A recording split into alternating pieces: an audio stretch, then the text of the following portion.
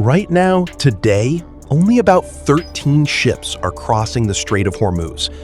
Before this war, it was over 100 every single day. 3 commercial ships were hit this week alone. The US just bombed Iran again, twice, hitting close to 90 targets in one night. And the ceasefire everyone celebrated 3 weeks ago, the US president called it dead on Wednesday. But the scariest number in this whole story isn't a missile count. It's buried inside an insurance document. And it just made oil more expensive to move than to actually produce. Stick with me. By the end of this, you'll understand where your gas money really goes better than most people on Wall Street. Here's everything you need to know, fast. The Strait of Hormuz is a 21-mile gap of water between Iran and Oman. 1/5 of the entire planet's oil sails through it, every day. On February 28th, the US and Israel bombed Iran. Iran's supreme leader was killed on day 1. Iran hit back by choking this waterway. Mines, missile strikes, hijacked ships. That single decision triggered a global money crisis, one that is still exploding right now, this week. This war has quietly run for 132 days. Most people have no idea it's still going. Trump even gave the strait a nickname mid-war, the Strait of Trump. He floated taking it over completely. Look at a map. The strait looks like nothing, a scratch of blue between 2 countries. Now look at the numbers. 20 million barrels of oil pass through here every single day. That's 20% of everything the whole world burns. More than a quarter of all oil moved by ship on Earth sails through this one channel. Qatar sends 93% of its gas exports through here. The UAE sends 96% of its own. No other route exists for that gas. None. So if it closes, where does the oil go instead? Nowhere. That's the scary part. Saudi Arabia has one pipeline that skips the strait. 7 million barrels a day, max. The UAE has a second, just 1.8 million barrels a day. Together, that's still less than half of what normally flows through Hormuz. Ships can also sail around Africa instead, via the Cape of Good Hope. That adds 10 to 15 extra days at sea, and a lot more fuel burn. There is no real plan B. And here's a second landmine hiding in these numbers. Most of the world's spare oil production, the emergency backup supply, sits in Saudi Arabia, right next to this exact strait. If Hormuz shuts, the backup plan gets cut off too. The war that broke the world's busiest waterway. At the worst point of the fighting, traffic collapsed to just 2 tankers a day. Iran's Revolutionary Guard laid sea mines. They boarded cargo ships. They fired drones at tankers sitting still in open water. A US-flagged tanker was struck twice at port in Bahrain. A port worker died. Iran hit Ras Tanura too, Saudi Arabia's biggest refinery, along with Bahrain's only refinery. A fully loaded Kuwaiti supertanker was struck by a drone at anchor in Dubai, risking a major oil spill. 4 sailors were killed when their tug was hit near the strait. Starting April 13th, the US ran its own blockade on Iranian ports, while Iran blockaded the strait right back. 2 blockades running at the same time on opposite sides of the same water. On April 17th, Iran declared the strait open. Oil prices dropped 11% in minutes. 1 day later, Iran shut it again. By late April, 2,000 ships and 20,000 sailors were trapped in the Persian Gulf. Some waited there for months.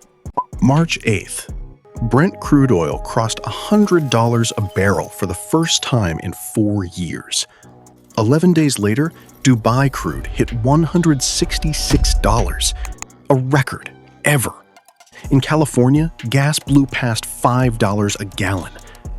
It got serious enough that 32 countries opened their emergency oil reserves at once, releasing 400 million barrels. 4 days of the entire planet's oil use dumped onto the market in one move. Natural gas prices in Europe nearly doubled within days. By the end of March, China's emergency oil stockpile stood almost 4 times larger than America's. Energy security became a national obsession overnight. Economists have seen shocks like this before, in 1973, 1979, and 1990. Each one shrank the economy of oil-dependent countries by up to 3% within about a year and a half. All from a strip of water most people couldn't point to on a map. I promised you the real story. Here it is. Here's the wildest part. Insurance markets saw this war coming before a single missile was fired. In the days before the strikes, war risk premiums were already climbing, just from troop movements and rumors. Before the war, insuring a large tanker to sail through the strait cost around $600,000. At the worst point of the war, that same policy cost $7.5 million for one trip, one way. That's not a government tax. Nobody voted on it. It's pure fear, priced by insurance underwriters, and it lands on every barrel that moves. Freight rates on some Gulf routes shot past $500,000 a day. Airlines rerouted jet fuel around the entire war zone, adding billions in cost this year alone. Even farmers felt it. 30% of the world's fertilizer moves by sea through this exact region. Here's the part that should really worry you. Insurance prices move before oil prices do. Underwriters smell danger first. Some ships didn't just pay insurance. Reports say certain vessels paid Iran directly, up to $2 million each, just to negotiate safe passage.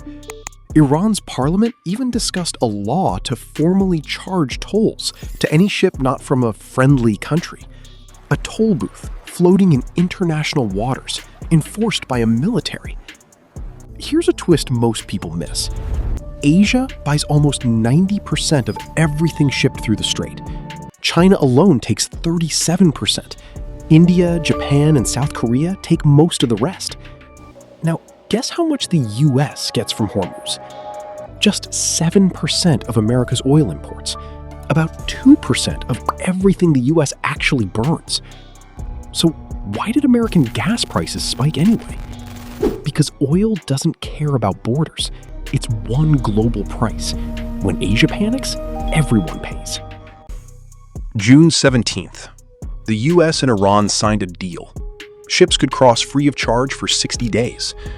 Oil crashed back to pre-war prices within about a week. By July 2nd, so many tankers left at once, Wall Street started worrying about the opposite problem: too much oil. Since May, the US says it's helped move over 800 ships and 380 million barrels through the strait. Then, Monday night, everything cracked.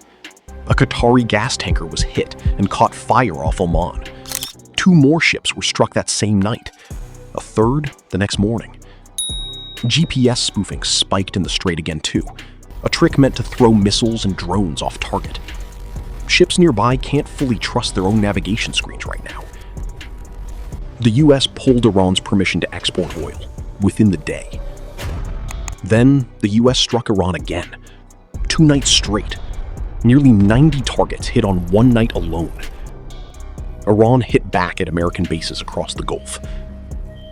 President Trump said the ceasefire was over. He threatened a full naval blockade and named Iran's biggest oil export terminal as a possible next target. Qatar Energy quietly paused its plan to expand the world's largest gas export facility right after a tanker was hit nearby. The world's top maritime body called the new attacks reckless this week, warning that ordinary sailors keep getting caught in the middle. Qatar and Pakistan are now working behind the scenes to drag both sides back to the table. Whether that works is anyone's guess right now. All of this happened in the last 4 days. This is not old news. This is happening right now. Even if a ceasefire holds tomorrow, this isn't over. Clearing sea mines from the strait alone could take up to 6 months. One former White House security advisor gave this era a name this week. Not war, not peace. A ceasefire war. Asian countries aren't waiting around either. They're buying gas from the US, from Australia, from anywhere that skips Hormuz entirely. That shift might outlast this whole war. So next time you fill up your car, remember what you're really paying for. Not just crude oil.